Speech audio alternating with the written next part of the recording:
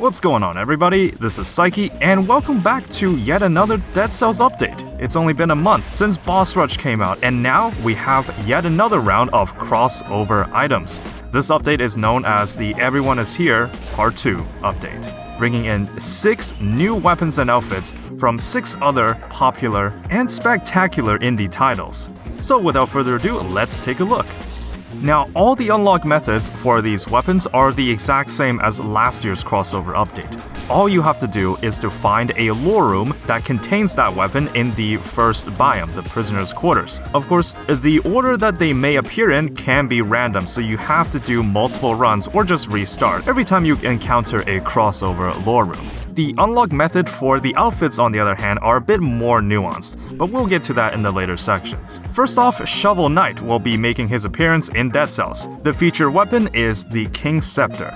The King Scepter has the ability to make you charge forward. Upon hitting a target, you bounce into the air spinning. And if your timing is just right, you can hit the attack button again to bounce on an enemy to deal critical damage. This is somewhat reminiscent to the Pure Nail weapon we got from Hollow Knight's crossover last year. And for those that are thinking of doing some infinite pogo hopping shenanigans, unfortunately the developers have said that the movement for the King Scepter is going to be a bit more sensitive, making it harder to master. On top of that, I find that after you've already bounced on an enemy once, the combo is reset. So once again, you have to charge forward and initiate the bounce if you want to do it again. Next up, we have the throwable objects from Katana Zero. This item will recharge 1 ammo every time you kill an enemy. It is a projectile that you can throw to stun any enemy that it hits. This has some pretty interesting implications for support potential because some of the weapons in the game and one crossover weapon that we'll see later will actually synergize if you hit an enemy that is stunned, and having extra ammo on it will just make it even better. So I can't wait to see what I can do with this giant cleaver. Next up, we have the item from the highly anticipated Slate Aspire. And this item has got to be one of the most unique items I've seen in the game. First off, it is a colorless item by default, which I believe is a first in Dead Cells. In a true strategic fashion, there are 4 forms to the item that this crossover brings. And every time you use the skill, the card will change to its next form and will repeat on a rotation. There are also 3 different keywords that can appear on each of the cards. The draw keyword is an effect that will happen when you switch to the current form of the card. The passive keyword is an effect that will always trigger as long as you're just holding the skill. The discard keyword is an effect that will trigger when you use the skill and switch to the next card in its rotation. When you pick it up, you will gain Barricade. Barricade will give you 12 bonus health that persists indefinitely when you pick it up. While this skill is active and you have not yet pressed the skill button, every successful parry will gain 3.9 bonus health. And upon using this item, so this card, it will remove all bonus health that you have gained from this ability and deal damage depending on the quantity removed. The next card in its rotation is Catalyst. Its passive ability is that your melee attacks will poison the enemies they hit.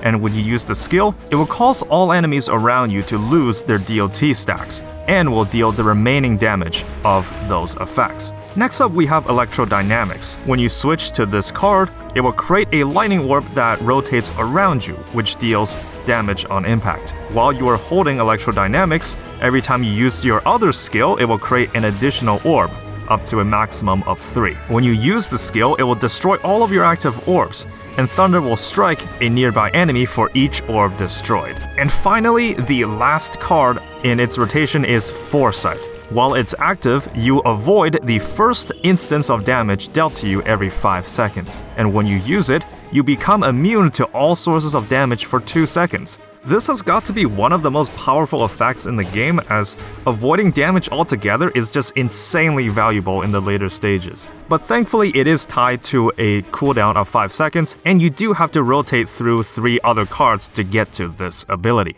The 4th contender to enter the roster is the baseball bat from Hotline Miami. Unfortunately, I forgot to hit record as I was entering the lore room, but I do have some gameplay footage of me showing it off in the later stages of the run. The baseball bat will let you swing around in pretty fast succession, and when you're attacking a stunned or rooted enemy, it will let you swing the bat frantically and dealing critical damage. This makes sense in both brutality and survival, as there are multiple ways to meet the stun or rooted condition.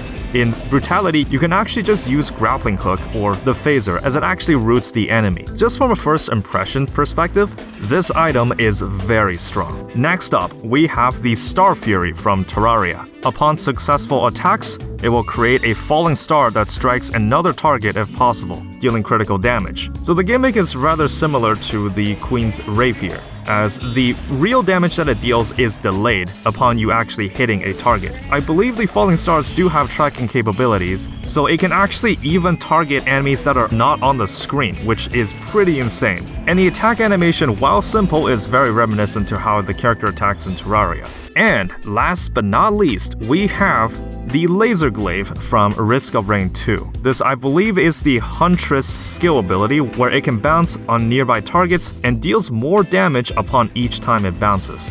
This is pretty much the same way as it behaves in Dead Cells. The only thing is that it is actually a weapon and not a skill, which means you can use it as much as you want. This is an interesting weapon, as if you're just fighting a singular enemy, it does almost no damage. The best case scenario is that you use this on a group of 2 or more enemies to maximize its damage, and sometimes it can single-handedly clear crowds. Some awesome potential if used in the right scenarios, but there will be downtimes when fighting most bosses. So again, really interesting ability.